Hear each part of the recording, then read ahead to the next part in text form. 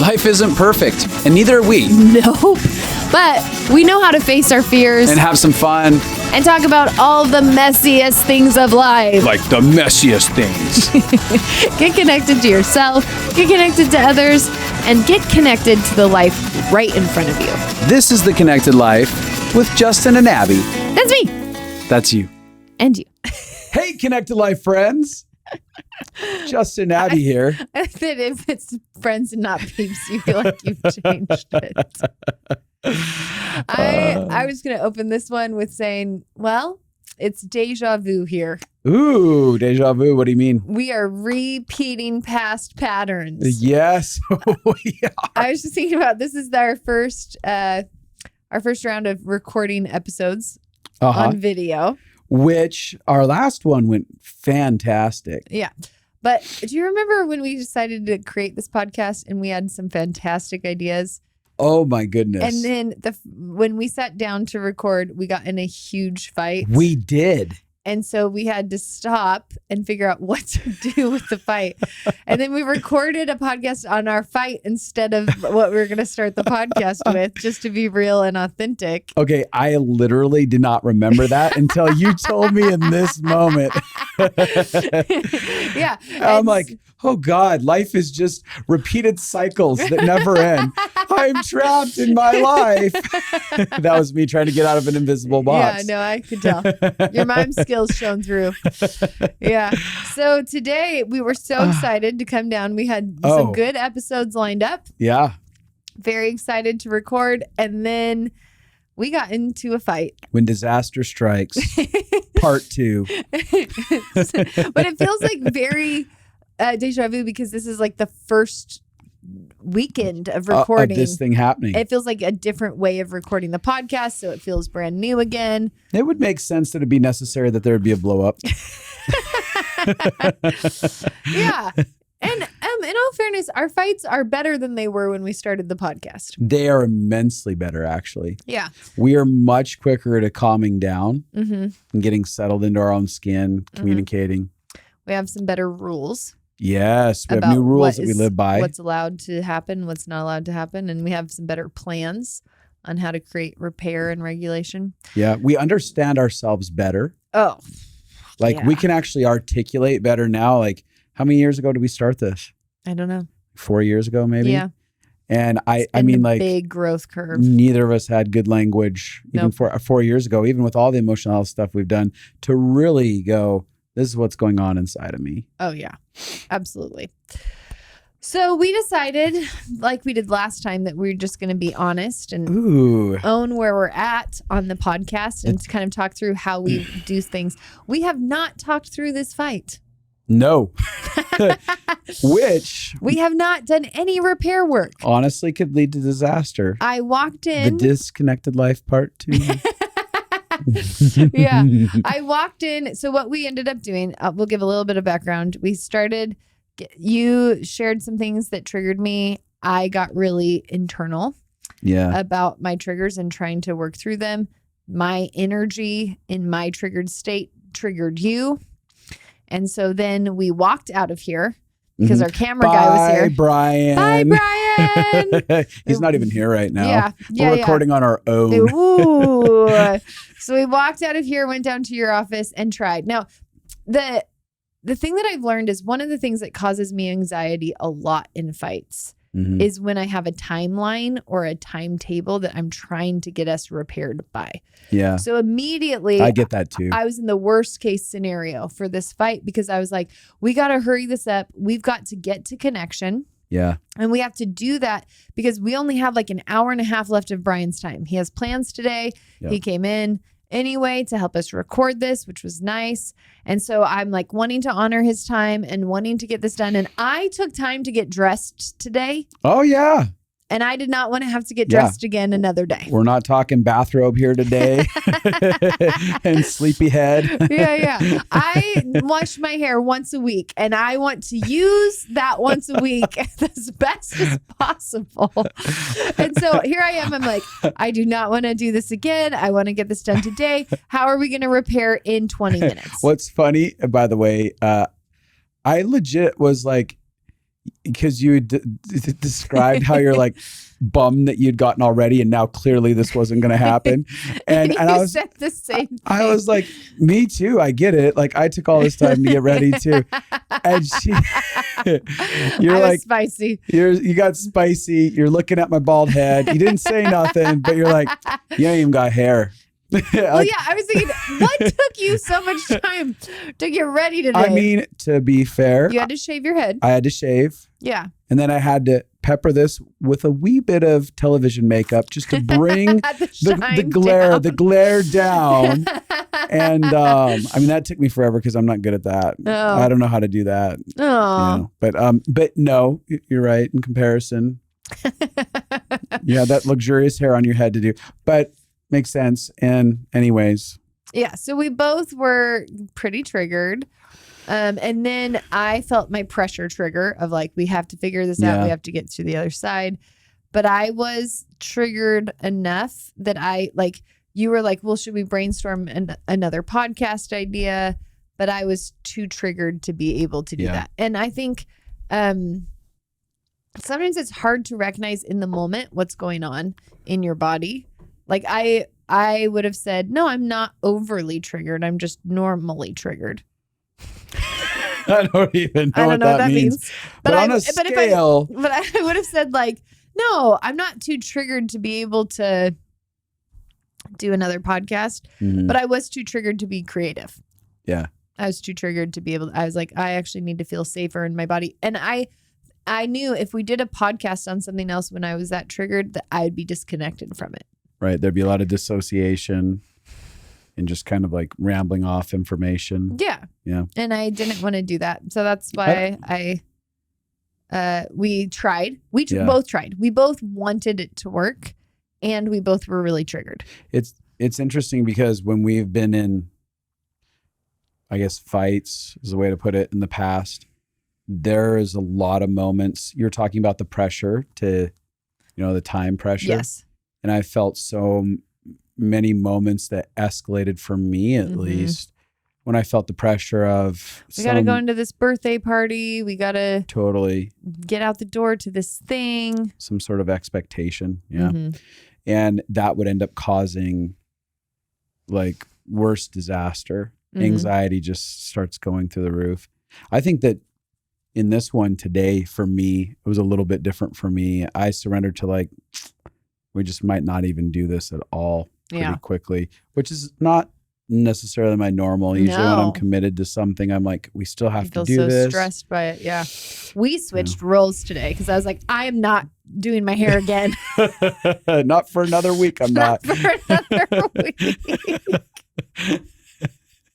And so I was like, yeah. Well, I was saying that because I think that that's a commonality for a lot of people. Yes. There'll be external life pressures. Maybe it's picking up the kids. Maybe it's getting dinner made. Maybe it's like getting to work. I don't know. It's all kinds of things. And you're feeling torn even in that of like, I don't know what the right decision is right now. I don't have enough time for this. I have to make this all happen right now. And you get into more control when there's a time limit. Like I need to either control you to respond well to me fast, or I need to control myself to respond to you well fast. But we have to get there. And that pressure and that expectation always to me magnifies the experience. Well, and what you talked about in that statement was, I will either shut you down or I will shut me down. Yeah. And I know there's tons of disagreements that we've had where I will go into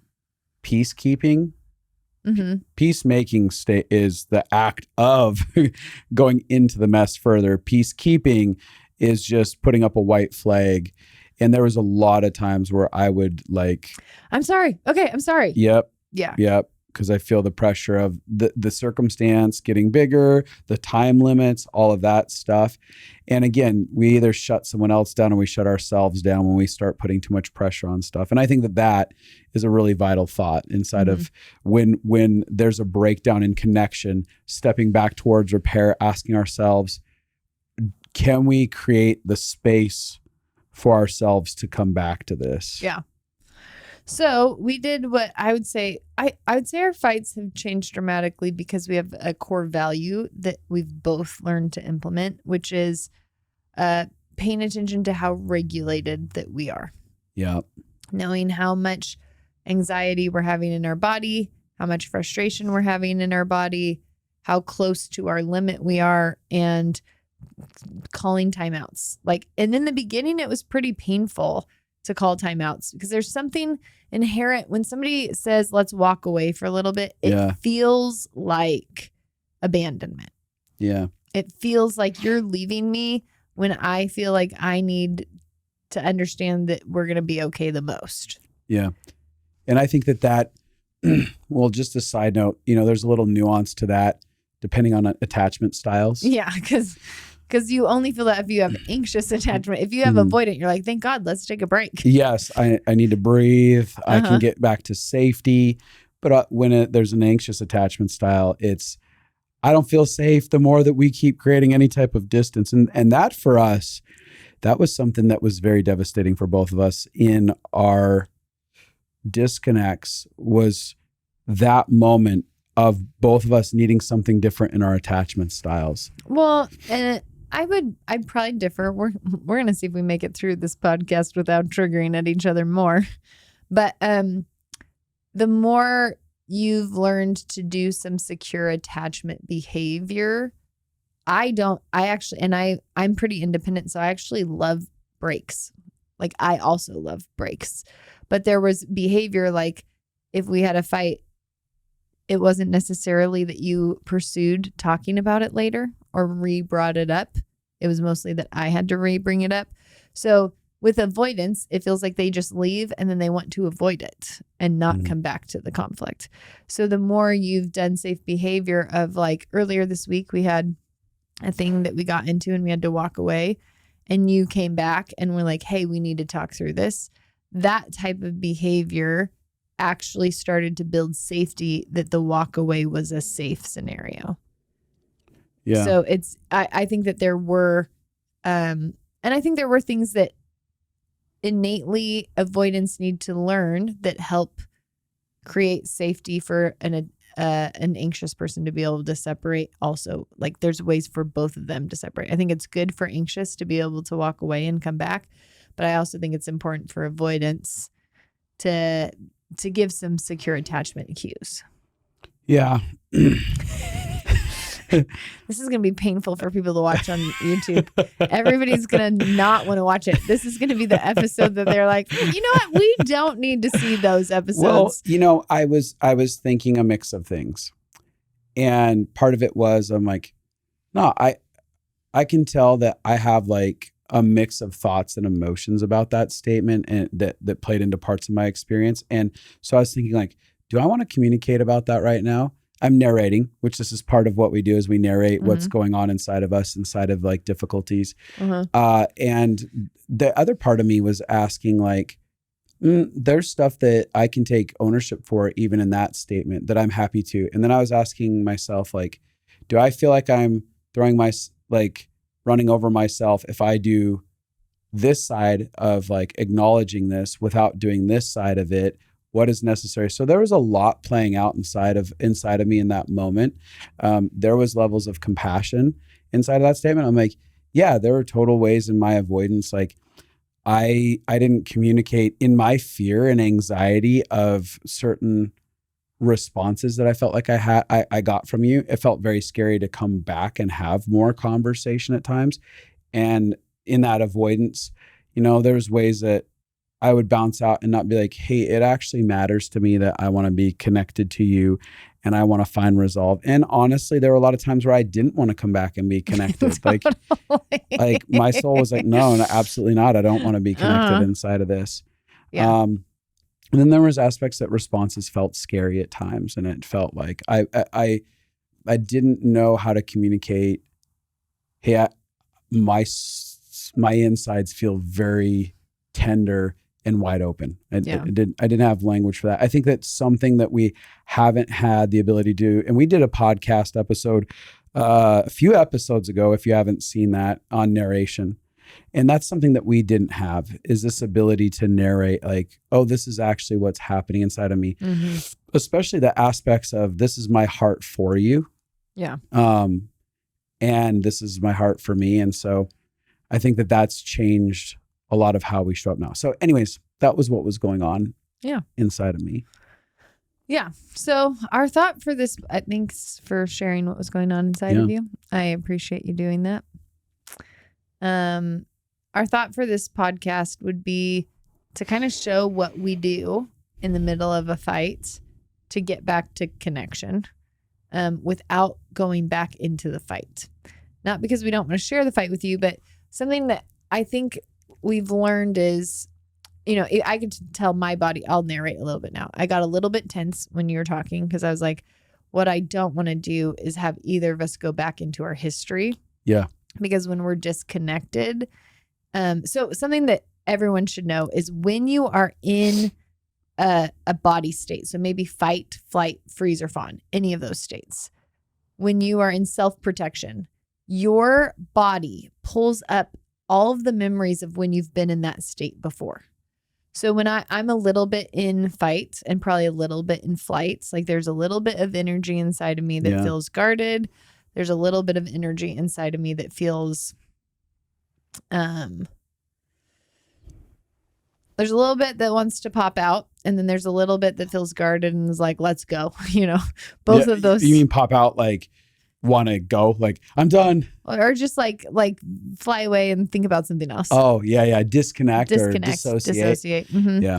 There's a little part of me that wants to do that. And then there's a little part of me that has, my guards up, like I'm on edge waiting. I can tell, like I was like, oh, I'm fidgeting my fingers a little bit, and I can tell my chest is tight and I have anxiety. Yeah. And so when you were talking about our past, I was like, okay, so sorry, I got distracted in my own point. ADD. There it is. ADHD. So, when my body's in a state, like, so right now I'm in fight or flight, my body pulls up all the other times in that I've felt that way with you before. And then my brain has that subconsciously. So when we start talking about our history, if my body is still in fight or flight, then it pulls up, or freeze or fawn, whichever one. Then my body pulls up all the memories that support why you're a threat. Right. And why you've been a threat for me for our whole marriage. So that's the way our brain is designed to work. It's designed to remind me of every single thing that you have done that would prove that you are not safe. Which, by the way, this is something that often comes up inside of breakdowns in relationships, is where people will be like, every time we get into this, you bring up every part of our history all the time. It's everything I've ever done. And I've apologized for that stuff. And why is it all getting drug into this? Yeah. Right. And that's because our brains literally are wired to do that. Right. And if we are in our survival primal state, where we're just reacting out of that, we will always have all of the things come back up. I will have every flaw that you've ever made in our marriage ready to go instantly. Yes. And this, again, the threat, it's this threat awareness. And like, this is why you're not safe. This is why I have a right to distance myself from you, or I should protect myself from you. And this is how I get myself back to safety, is knowing all the things about you that are unsafe and being reminded of that real quickly. Yeah. And because of that, there is such an inability to remember the nuance of who you are, to remember that there are really safe things that you do and things that you've done that have been really unsafe, and really great things about how you've loved me, and things that have really hurt me about how you've interacted with me. And because our brain is in that moment only looking for all of the threat, the confirmation. And we build a case to protect ourselves. All of it is self-protection. I don't have bad intentions towards you. I'm trying to survive. I'm trying to survive whatever threat or pain that I feel like I have. And same with you. You're trying to survive me. Yep. And so the concept of trying for us to talk through our history right now is illogical. Yeah, it's impossible. It can be talked about, but it won't lead to connection. Yeah. And that's a thing that we didn't know. early on. We would continually go into all the historical things. And circle. Well, you did this and you did this. And of course I did this because you did this. Mm-hmm. Yes. And now we are taking from the bucket of this moment, and we're also pulling up this moment from back here and this moment from back here and this moment from back here. And our pain bucket is now this huge thing that has engulfed me about everything wrong with our entire marriage. Yep. Instead of it being about just this one thing. And I think self-control is a fruit of the Holy Spirit. Yeah. And I think that one of the ways I've started to notice self-control a lot, you have to use in conflict. You do? You have to use it so much in conflict. You have to use it to walk away when you need to walk away. You have to use it to not say what you want to say. You have to use it to even what we're doing now, which is reminding ourselves, this is how my threat response system works. Yeah. Even just that, narrating that to yourself, I am pulling up every folder that's negative about him because my body is in the state of anxiety or self-protection. And so it naturally is going to pull up every memory when I've been in this same emotion or the same state. Like our state pulls up memories of the same state, not California, but the emotional state that we're in. And so, our state dictates our story. Yes. Right? Mm-hmm. Like the story of what we believe to be true about the moment, what we believe to be true about the person. Yes. So our body feels something. Maybe our body feels anxiety. And then our mind then goes into, this must be why I'm feeling anxiety. Yeah. You must be bad. And that's why I'm feeling anxiety. Mm-hmm. That's what our brains do. And so, the goal is, even like, I often tell myself this stuff in the middle of a fight. I talk my way through. I'm in trigger brain. In my trigger brain, I care way more about protecting myself than I care about getting to connection. I have my walls up. I know that it's difficult when Justin has his walls up towards me. It must feel difficult for him when I have my walls up towards him. And so I'm trying to do a lot of remembering what I know is true. Psychoeducation is what they call it. I think it's funny that it's called psychoeducation. It sounds like you're being educated to be a psycho, but it's psychology education. But that is one of the tools that I use when we're in a fight, is I remind myself what is actually happening. Yeah. You know, I don't know if you have more to say on that. That was it. That was my spiel. One of the things that I've become very aware of inside of fights are what my protectors are. And so my inner dialogue, there's a lot of protectors that go on inside of it. So you're talking about, our threat awareness and what our brain does. And I think another way of talking about that is our protectors, this thing that's meant to protect me. And for me, I've become very aware of my inner narration about you and who you are. And what your intentions are. Oh, yeah. One of the things that I've been committed to for quite a while now is a relationship with love. And what I mean by that is, like, when my thoughts go to a place of unloving thoughts. Wait, you ever have unloving thoughts towards me? Oh, I've got mountains of them that come up. Like, I imagine you do too. But one of the things that I'm committed to is going, like, I want to get to a loving thought about her inside of this, a loving belief about her outside of this moment. And that's something that I like really try to push into and combat anything, because judgment, I think for a lot of us, we judge other people in order to feel safe. And I'm allowed to set a boundary with you because you're bad. Because you're bad. I'm hurt because you're bad. Mm-hmm. And what I've tried to do is, like, two things. One, get into the thought of loving thoughts about you, who you truly are, the heart of who you are, and who you are when I'm not feeling pain from you. I'm also, what was I going to say? I'm also, I lost it. I was like, what are the other things I do besides that? I got nothing. That mountain of things about you overwhelms me every time. Oh, this is what I was going to say.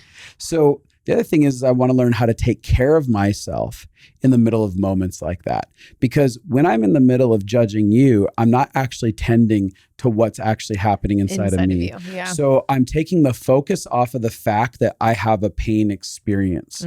Like I'm exiting out of vulnerability with myself. Yeah, because you're trying to avoid our intolerable emotions, the hurt, the rejection, the abandonment, those feelings we're trying to avoid at all costs.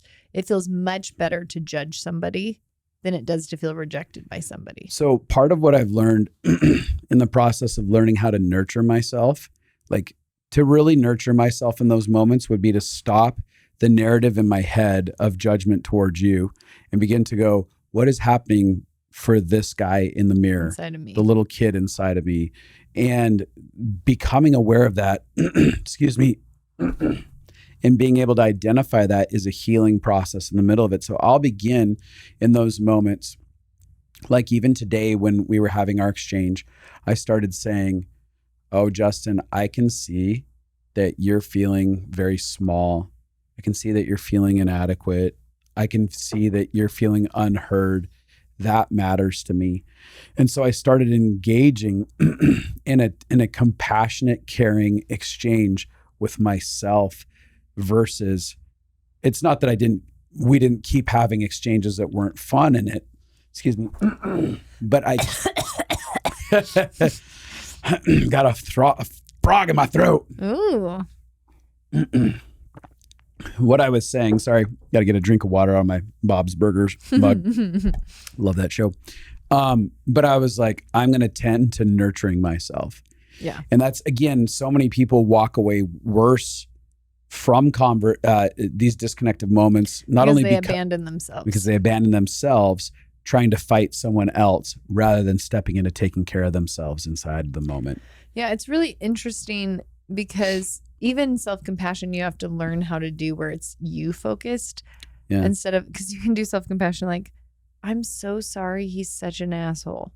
You know what I mean? Yeah. Like you can do, which is not focusing on you at all.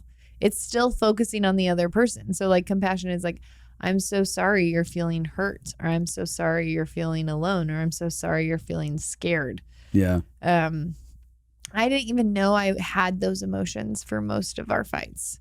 Yeah, I didn't either. Before the last few years of really diving in, I had to actually learn that I had vulnerable emotions and learn what, because like today in our fight, I probably didn't say, hey, what you said brings up a lot of fear for me. I mean, when I say I probably didn't, I just definitely didn't. Nope. So I said, Yeah. And so, but it is tricky to learn how to recognize your vulnerable emotions in real time and then be able to say them. Because even when I was listening to you about what you said to yourself, like, I see that you feel, what did you say? Scared or unheard, or I mean, I can't remember what you said to yourself. I can't remember all the ones that I just But when you said it, I was like, oh, that sound nice if you said those things to me in the fight. Like if you could get to the place where you could be safe enough to share that level of vulnerability. Yeah. Because typically vulnerability helps break fights. If you can find common ground in the softness. And the thing that I'm working on in conflict, I'm understanding the concept of it. I just haven't been able to implement it consistently. I implement it sometimes, but not consistently. It is so hard to empathize with somebody when you're feeling blamed or accused. Yeah. It's so hard. So typically I want compassion from you, but the way I'm communicating has blame or accusation in it. And so I'm asking for compassion, but in a way that is stabbing you. And so you want to protect yourself and don't want to give compassion to that. Yeah. And so then I feel like, why you don't care about compassion? You don't care about my hurt feelings. You don't care about this. Yeah.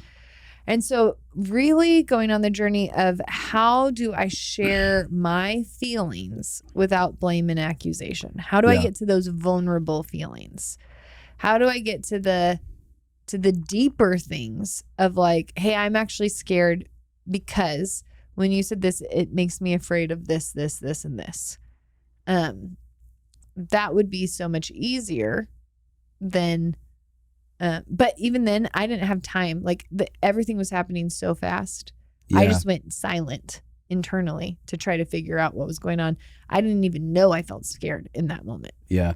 I think that you're bringing up a really good point. We've talked a lot about self-awareness. We talk about that in Living Fully Alive, self-awareness. That's something that we are continually developing inside of ourselves. Yeah. Like we have not reached a pinnacle of it, but it's something that's very difficult for most people. Mm-hmm. Like there's levels of things that we slowly become aware of Mm-hmm. and that we allow ourselves to be aware of. Like Yes.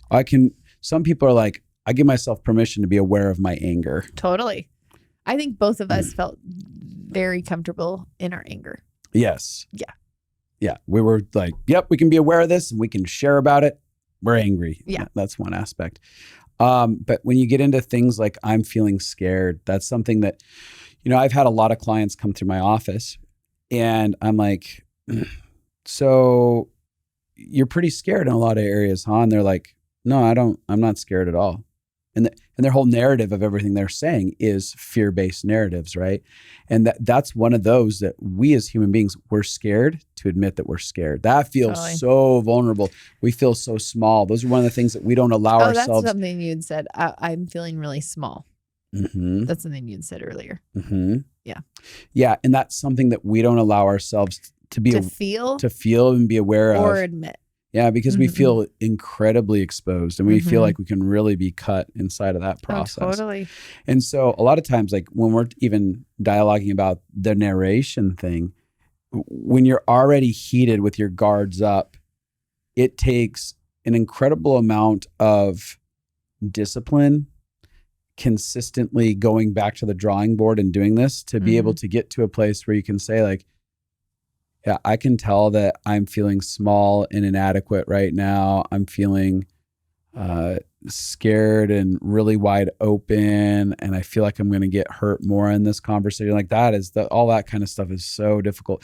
And it's not something that you do with every individual. No. There's only you have to have people that are committed to not using that against you. Totally. And who are committed to wanting to learn and grow with you. Yeah, which our primary attachments are the types of like the people usually closest to us are the ones that are going to be able to Although I will say, hold that real well. I don't go to the deepest level of vulnerability with other people, but I do try. I still do it. Yes. A level of it of narration. Yeah. And narration. Like, hey, I'm feeling on edge because I can feel like my guards are up because I feel concerned about. Which, by the way, I do that sometimes with customer service representatives. Oh, totally. I can tell that I'm feeling overwhelmed inside of this call and I'm doing my best to believe the best about you and also get this taken care of. But I'm feeling really out of control inside of myself and I want to do this. And they're like, oh, okay, great. Let me help you. It's so true. Well, I was actually reading this, the famous psychologist right now. And they were saying the way to move through your emotions, the first thing is to actually name it, and I say the same thing. Like if you can actually say, when you say that, you're letting off the steam of the intense emotions. So you don't have to start getting your tone frustrated at the customer service person because you can allow the steam to come out through words without an edge. So we often walk away because our file folders are open. They have every single threat we've ever faced in marriage. And that is too much to work through in a moment. One thing that I think let me add on that note. One thing I feel like I've been working at getting better at is saying, hey, I can't actually do all of our previous history when you begin to bring it up. Whereas before I would engage it and keep going into it. I've been trying to learn how to be like, oh, I can see that's happening. I need to identify that or I'll hook into this and I'll start bringing it back up as well. Totally. And if you have two people bringing up their entire history, it's just it's like crazy pulling out show. two Tommy guns and just blowing each other. Totally. Yeah. It feels really crazy. I think a counselor had to tell me that it wasn't a good idea to bring up everything. I think before that, I thought, no, this is a great time to sort through this. This is a great time to sort through all of this. It's up. Let's talk about it now. Especially if you live like I lived so dissociated that it only came up when it came up. So that was the time to talk about it. Yeah. And so when the counselor was like, you need to have like bite-sized pieces to do repair. So something that we've had success with is like walking away and then being like, if you could pick one thing from that you'd want me to understand or know about you from today. Yeah. What is that one thing that you would like? That's been helpful when we've done that. Because I often feel like I have the capacity to face one thing. Yeah. Which gives, it's a great open door to look at your partner and say, okay, I want you to know that I think you're an idiot. My one thing is that I think you're completely incompetent in every way. Which I say that jokingly, but honestly, a lot of people could take that out of context Totally. and be like, here's the one thing I'm going to say inside of this. But really that one thing I want you to know about me is really one thing about my experience, about me, about my pain. And like, yeah. And that might be like, I just know that I'm feeling really misunderstood. Like if that's one thing, just in general, I'm feeling really misunderstood. Yeah. Or I'm feeling very scared that you're going to reject me over in this area or something. Yeah. Like if you were to pick one emotion, we won't get into it today, but I'll just share mine and you can share yours. Oh, okay. I felt like, because I'm not going to go into it, but I think if you can pick one, if we were going to go into it. One emotion that one thing, if we were doing that right now, what's the one thing that you would want to be heard or resolved about? So if I was going to do it, I'd say like, I actually had a lot of fear and it would feel good if you could understand where my fear is coming from and why it's there. And that would be my one thing. Yeah. Yeah. I'm taking a second to think what my one thing is.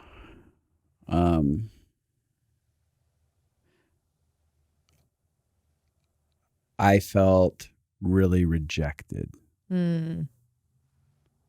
Yeah. It's so funny because I instantly feel compassion for you. Do you have emotion coming up? Well, yeah, I gave you my one tender emotion. Of course I have emotion coming up. Well, I didn't know you were going to go there. I didn't like tap into all my fear. I just was like talking about it. But I'm glad you did. I'm not dissociated like you, for the love of God. That's fair. Yeah. Well, and when you share that, I actually do have a lot of empathy come up for you. Yeah, because I actually wasn't like, I was internal in what was going on for me, but I actually wasn't trying to reject you. Yeah. And that's not my heart for you. Like, I don't want you to feel rejected by me. Yeah. And so I have a lot of compassion that that's what you felt. Yeah. Yeah. I mean, I appreciate that. I think, let me do the same thing to you. Well, no, I was just laughing because I was like, you felt deep feelings, and then I ruined the moment because I was so surprised about you feeling deep feelings. A little bit of your baffled thing was under there. Was it? Did it sound kind of? No. I was just so surprised that you felt feelings. Yeah, I was like, oh, we're doing this. No. But I am sorry that you felt rejected. I do genuinely feel like when you shared that, I felt in my body like more warmth and compassion towards you. I appreciate you saying that. I love you. I can understand how you would feel that because I know that I know that fear takes us into survival mode. And when I think about survival mode, it's like my shields just, and so my warmth is like behind my shields. And so I know that I locked in. And so then you wouldn't be able to feel my warmth. And so it makes sense that it would feel rejecting to me. That, again, was not my intention. Yeah. Like, I wasn't like, F you, I'm cutting you out. Yeah. Well, but it also makes more sense than all of the other things you tried to say when you were triggered. I'm being playful. That wasn't meant to be a jab. I know. My wave of my head back is me laughing internally too. Like, you goofball. I mean, I'm not going to do a tit for tat necessarily on like responding, because you don't have to. I'm prefacing just saying I don't know more what that fear looked like, but I do feel a lot of compassion when you said, I'm feeling fear. Like, again, I don't know what that's around, but I know fear is a horrible feeling to have internally, and to feel fear between each of us. I know that I had intense amounts of anxiety inside of me, and that I was like, I just don't want to feel this fear, this anxiety that's happening. So to whatever degree that was going on inside of you, it really matters to me that you had fear, and I don't want you to have fear, and I love you, and I'm sorry about that. Thank you. Yeah. Yeah. Regulating sigh. Yeah. One of the things that I think was really necessary, we talked about us separating. Like, I think we did 70% of our trauma would have not happened had we separated in fights earlier in our marriage. Maybe 85. Healthily, parted ways for a proper amount of time. Yeah, we would have solved a lot of stuff. We would have done a lot less damage to each other. Yeah. If we would have had the permission to do it. I do want to add this. I'm sorry, this is a bit of a rabbit trail. There also was a level, I forget what the name of the attachment style is on this. I'm not quite avoidant, actually. You're anxious avoidant? It was another one that they described. Anyways, the point is that there was also the levels of deep fear of abandonment. There was a mix of I want to avoid. I think both of us have a little bit of disorganized sometimes. Disorganized, yeah. Attachment, that's what it is. That would come up for me as well. My favorite is when I first started learning about attachment, it was like anxious, avoidant, secure, and the unhealthy one is disorganized. And then I found myself in that bucket, and I was like, what if we don't call it the unhealthy one? What if we just call it one of the other options? Secret option C, disorganized. Yeah. But my point of that is really like, it felt terrible. I felt like our marriage was going to absolutely end when we did go apart from each other. Yeah. And there are many ways where I wanted to repair as fast as possible as well. In my own ways, where I'm just like, I just need to get you this had over. both sides. You had, I want to get away, and I want to fix this. Yeah. It was a very confusing thing. I also had both sides. Yeah. I want to get away, and I want to fix this. Yeah. And I think it's great that we can each own that existed there. And I think that a lot of people deal with that. So they will stay in way too long, and they won't. We're not saying stay in marriage way too long. We're saying stay in a. I wanted to clarify. We're saying stay in a fight for way too long. Yeah. Stay in a fight way too long versus like, hey, I can already tell. Like, that's one of the things that I think we've grown in, is knowing like, okay, I'm crossing the threshold where I know that not only is this not going to benefit us anymore, but I'm going to lose the ability to manage myself well inside of this. That to me is what self-control looks like inside of fights, is I'm going to walk away before I get to the place where I'm going to say something I regret, or I'm going to yell, or I'm going to get out of my emotional capacity. I'm going to stop myself before I get. So it's all about self-management. Yeah. And so the boundary isn't you're fighting so bad that I'm walking away from you. It's I'm wanting to protect our connection so much that I need to walk away before I do something that hacks at you. Yeah. And I think that part of my point in that is we have gotten way, way better at removing ourselves from stuff and having peace. I remember when early on, when we'd take time away from each other, I'd go into panic in the distance, because I was like, this is the end of our marriage.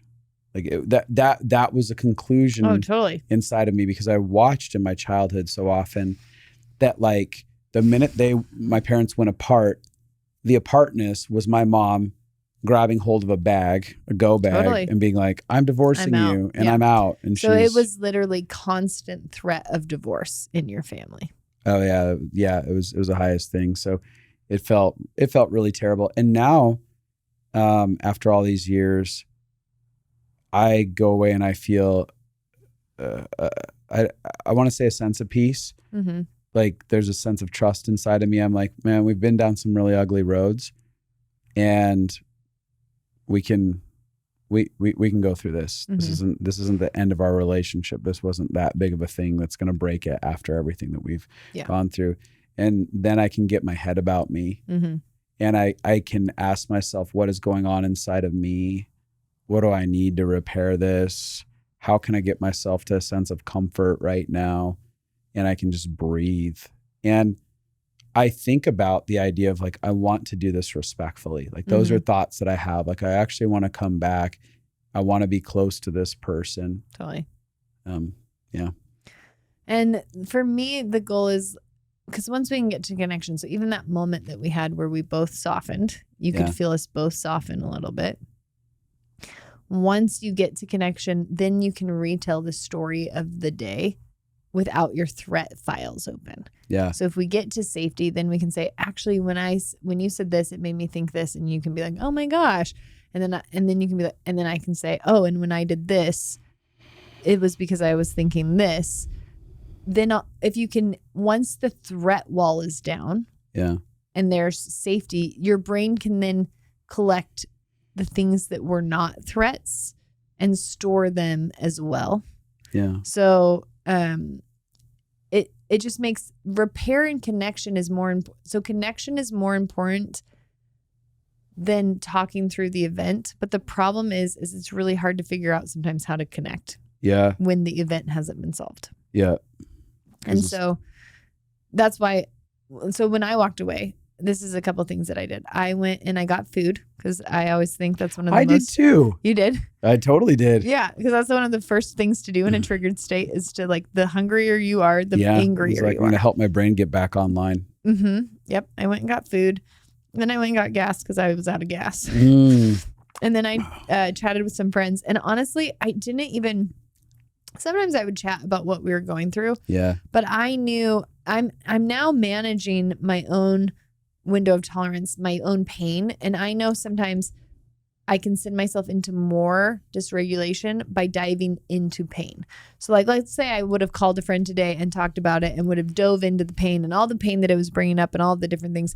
I could actually just suck myself into a deep hole. Right. Of all of the pain of our marriage. And I knew that's not what I needed to do. There is a healthy thing. You know, I had counselors before who just let me go into as much pain as I had. And then I've had counselors that have kind of like restricted me to be like only a little bit. You can only feel a little bit at a time. Parameters for you to like, we're only going to dip this far into your pain. And it actually feels like when they've done that, it's felt like a parent saying, no, we're not getting emotionally completely out of control. Yeah.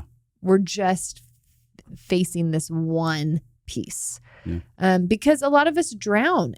I felt nothing or I was drowning. Yeah. That's how I lived most of my life. It was very hectic. It was very unhealthy emotionally to feel everything or nothing. And now I'm learning to feel within some guidelines. And I think nobody is taught that. And so it's hard for people to learn how to do that. Anyway, so I knew actually for my nervous system, I don't need to go vent about what just happened and dive into all of our years of marriage and anything that could come up from that.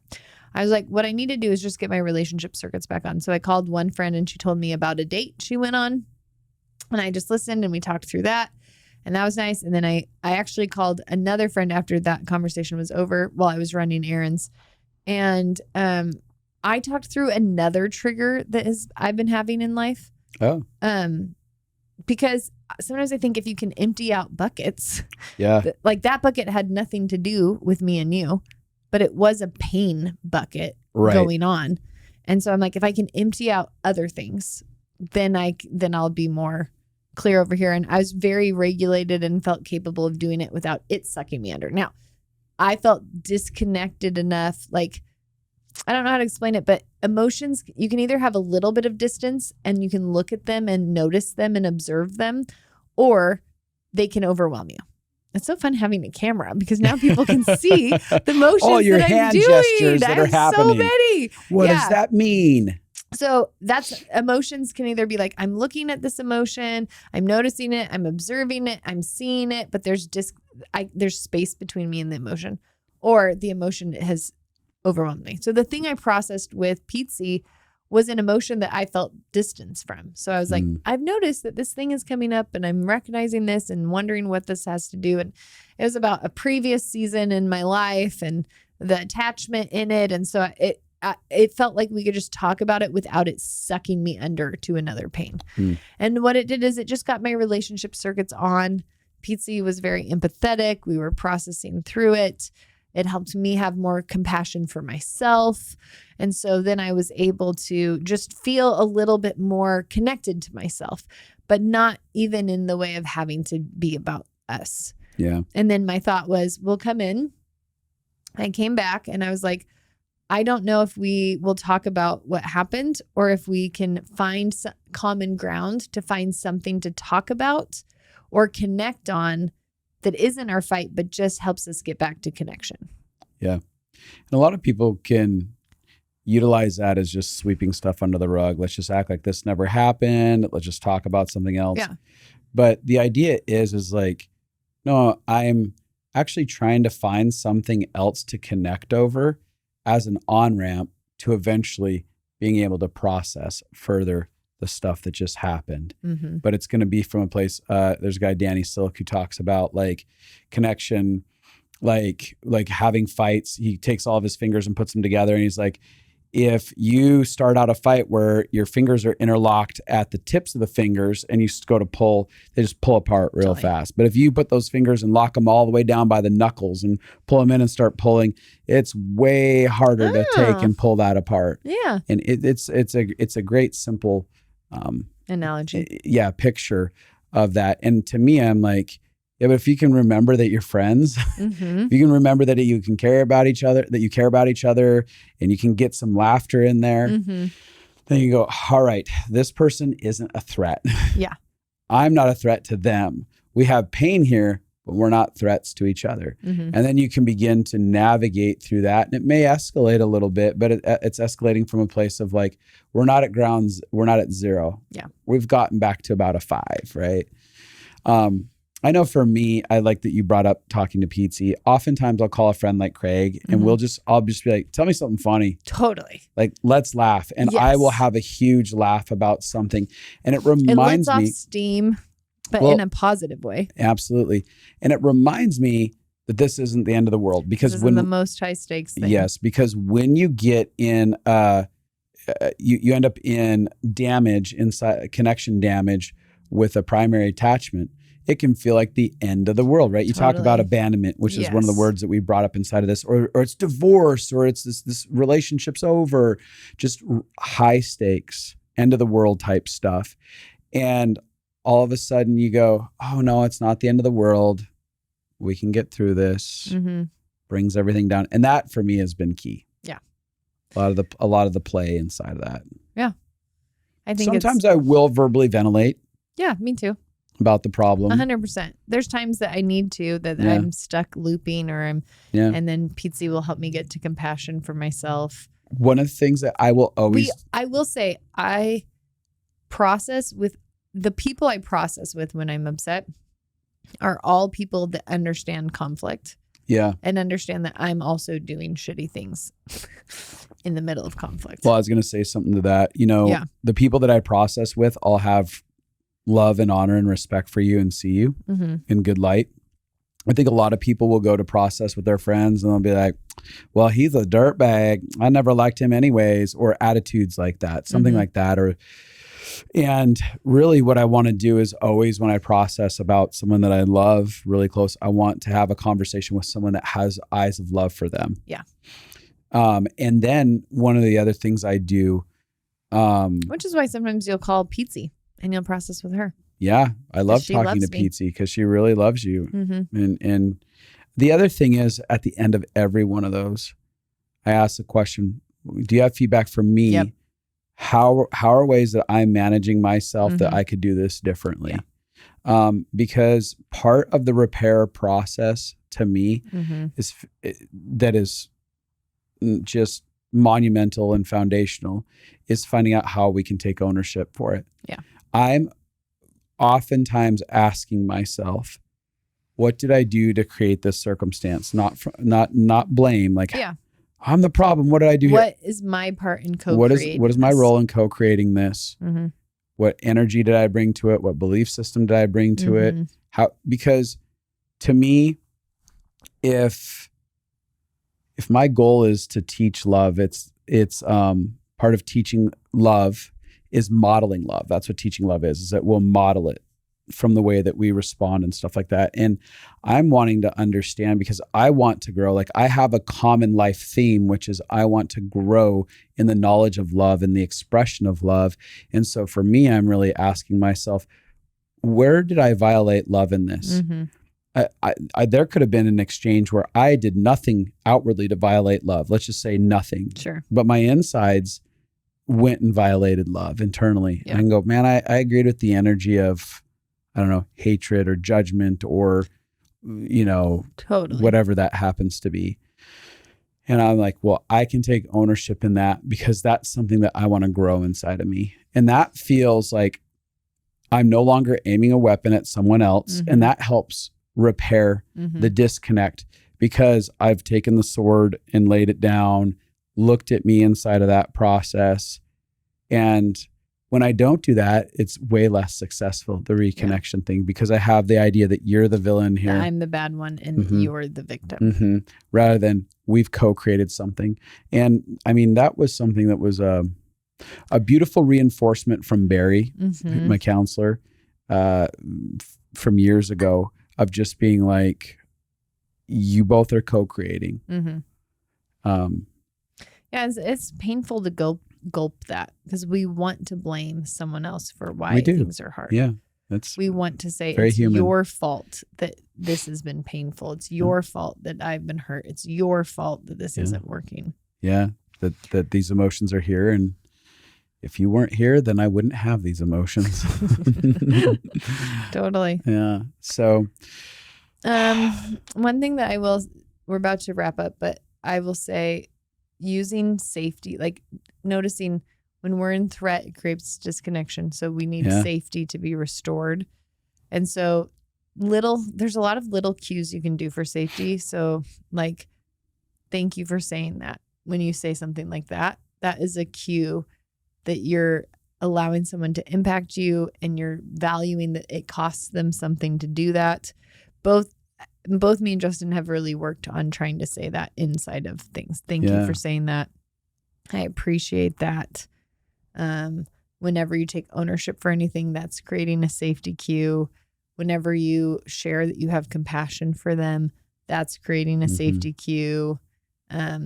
Empathy, like I know how hard it is to say something like that when you're triggered. All of those things are really creating safety cues. And we could have come here. I honestly thought what we were going to do for this is maybe like play the thankful game, maybe like talk through previous memories in our marriage where we felt really loved by each other. Like there's a lot of hacks you can do. Oh, you thought you were going to do it on the podcast? I thought the way we'd get to show them how we'd get to reconnection without talking through it was like showing some of the things that we've done in the past. Like we could pray together. I think prayer ends up being a really powerful mediator because it shows your intention for the other person. Yeah. Like God, please show Abby that she's being stupid right now. She's the worst. And get her to understand me. Thank you so much. Yes, exactly. 100%. Like if you actually use prayer, it can be humbling and create safety for the other person. Like, God, we really need your help because both our walls are up and we're both in self-protection and we need love to come be bigger than fear. And we need grace to come, like when you start to share, it can set intention. Prayer can be just setting intention, or you can just set intentions. Well, again, as a side note, again, like you're saying on that, prayer is a humbling thing because it's vulnerable. It is vulnerable. It's an acknowledgement that I need someone, something that's bigger than me inside of this circumstance. And there's so many places where with all our emotional health tools, practically chipping away at it like that is not solving it. Like no matter the best of tools, sometimes it's help. I need someone bigger than me to move on our hearts right now. Help us soften. Help us soften. Give us the pathway. A lot of times they'll be like, God, I don't know how to get back to reconnection. The gap feels big. It's funny because the gap is never that big. No. But it feels ginormous. Like a chasm when you're feeling abandonment and fear. Yeah. That's something that has really helped me is noticing like it feels like you're the worst and that it's really, really hard. But then when we feel reconnected, it feels like you're the best and it's really, really good. And so even being able to tell myself like, oh, this feeling doesn't last forever. Yeah.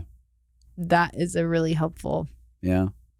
Anyway. Well, I was just going to say, I narrate a little what was going on in my head. I was thinking, this actually went really well. I was like, this could have been disastrous and we could be like re-recording a couple days from now. Yep. But I was like, oh, I could tell that I think for both of us, I can speak for me. I got myself really present in my body, was able to settle in, and I could feel you in many moments, most of it being settled in.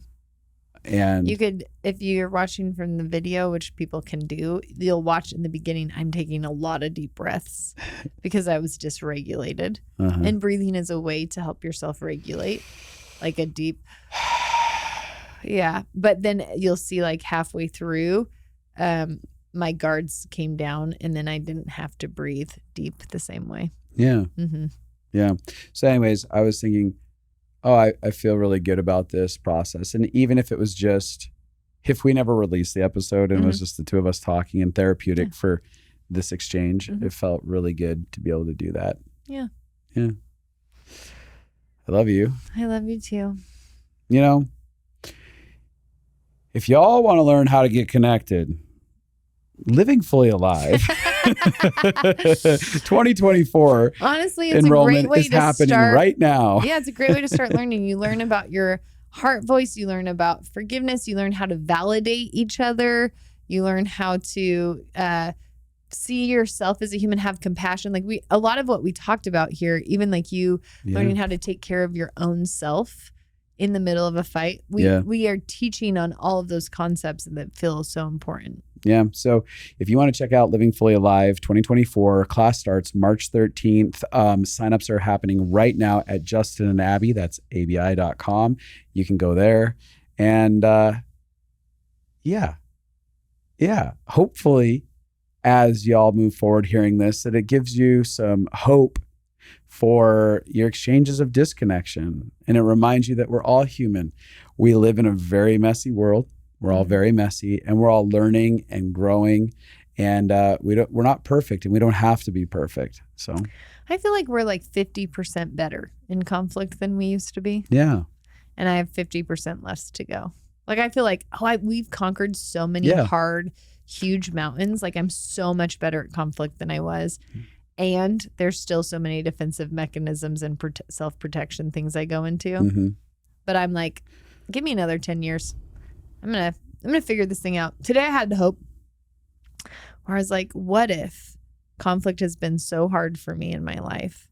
I was thinking this before we got into conflict, ironically. It's your fault we got into conflict. It was this thought. It was this thought, exactly. I was thinking, because I'm working on this teaching that we're doing about trigger brain and how you think in conflict and the different ways of what your brain actually does. Because I've had to learn so much about our bodies and our brains in PTSD since we both have had it. And I thought, what if I become a master at conflict and then I can help so many people, and then all of the messes I've made with conflict were just part of my education. Yeah. What if? Regardless of what I do with my life, I do think that that's true, that all of the conflicts I've had, the good ones and the bad ones, have been a part of my education. Yeah. I was thinking not any of what you were thinking, But I was thinking, I love that we've been doing the Connected Life for 3-4 years now. And I love that we get to watch ourselves evolve. That I love that we are messy, we're honest about our messiness, and we get to keep watching ourselves evolve. I mean, that thought came from you being like, deja vu, this happened before. And I was like, oh yeah. Look at us. And I was thinking Full that circle. while we were talking, that I'm like, it's so cool that we don't have to arrive. We haven't set a standard, that we have it all together, and we just get to keep like watching the development of that. And I'm excited for what will the future look like of what we get to share as we continue on the journey of. Yeah, it's also cool. Like, I have zero shame that we're still working through conflict issues, and it's 4 years later than the past. I have zero shame about it. Yeah. And I actually feel like we've grown so much that I feel like, I also don't feel like I have unrealistic expectations that you should just be magical at it instantly. Yeah. Maybe some people who had less trauma than us. Yeah. So low stakes on the journey. If you're on the journey and you're still working it out and you've been working on emotional health for a while, give yourself grace. Every single emotional health book has like a section on if you don't quit, you win. Yeah. The two things that create lasting change for people is radical self-kindness and the discipline to keep going. Yeah. So good. I don't know who said that. It's literally from a video from a scientist, maybe. You did. You made it up right here. Nobody will know the difference. Here's a video to hear about LFA.